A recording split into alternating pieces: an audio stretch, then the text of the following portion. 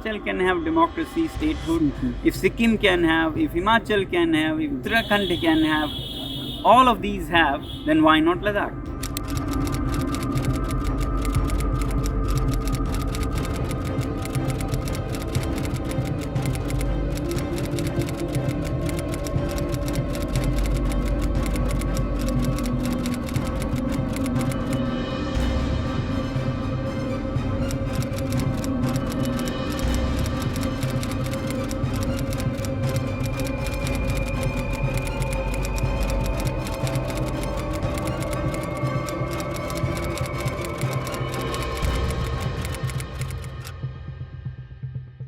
So, under Article 370, there were certain safeguards for Ladakh. Now they seem to have, though you have got a separate identity as a union territory, but certain those safeguards have gone.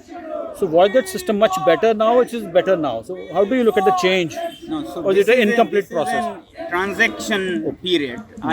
Transition period. So I won't judge from the current. Okay. The current chunk, if you just look at that, yes, is not good. Is not better than before.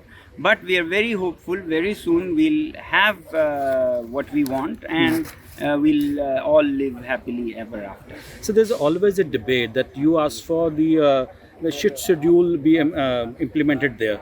But there's a contradiction debate between development and sixth schedule. Do you think that development will be hampered by, or you want to in any way regulate the development or irregular development which you want to? So this is like the British saying that if we give independence to India, there won't be development, so we better keep them like a colony.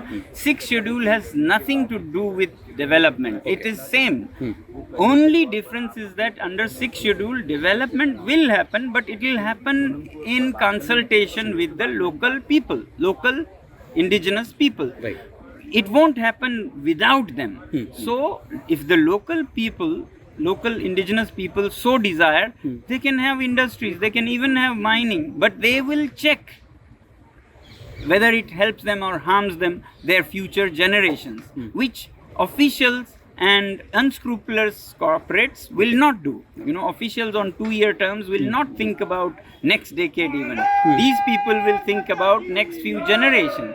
So sixth schedule only gives local people the rights, just as independence gave India the right to decide for themselves. And so the rest of the country looks at Ladakh as a symbol of cultural traditions and also tourism. It's a world famous. How the sixth schedule will impact it in a manner the people are... It will impact very positively because local indigenous people can decide on their own culture, environment, land and forest. So they'll preserve it, they'll maintain it. And that's what tourists are interested in, culture, land, water, rivers, forests.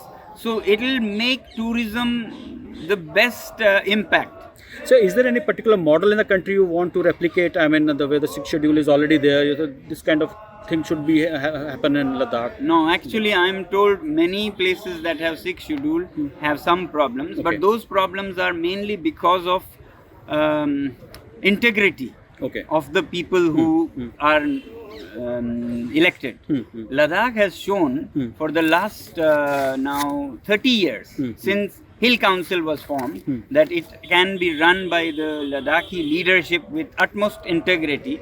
So we very much believe that this will become an example for all the sixth scheduled regions of the country. And so one of the demands is also the giving statehood to the Ladakh. Yeah. So how will it impact the state? I mean, the union territory, isn't it sufficient because the area is smaller? I mean, it's better to... So the area is the largest in the nation. in terms of population, in terms of... Population is also not small. Population is 3 lakhs.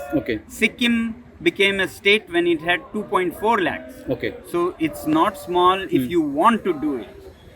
And so what about you? I mean, you think in the future we can... Similarly, some people say, I'll ask for your part, that it is on a sensitive border. Is it good to give statehood to this region? Again, exactly for that reason, the people there should enjoy the fruits of democracy to the last fringes of the nation. That's when a nation is mother of democracy.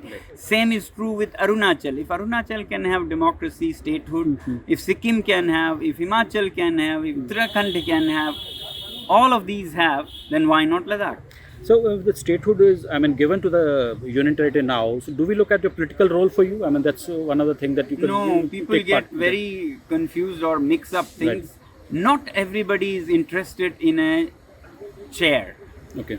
There are people who want to influence the destiny of their, future generations. So I am here to only help and guide those who are in these positions. But won't it help the cause much better if you take a political route? I mean, take a plunge. It will help much more if I help all those who are in such positions in political roles, rather than me myself getting into one of the chairs and being part of a portion of the population. I would rather like to touch and influence the whole population than be identified with one portion of it, which is what happens when you take sides in a party.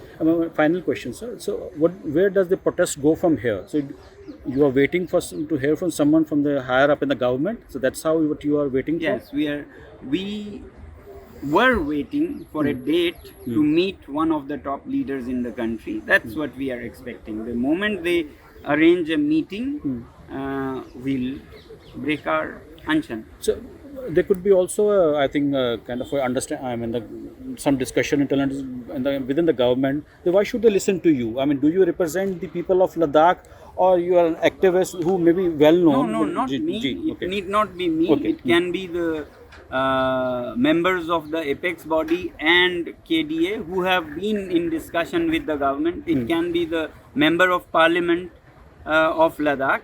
It can be all of them and me excluded. I don't mind that. Okay. I don't have to be in that meeting. So are we looking at an indefinite protest if the government listen to you? Yes.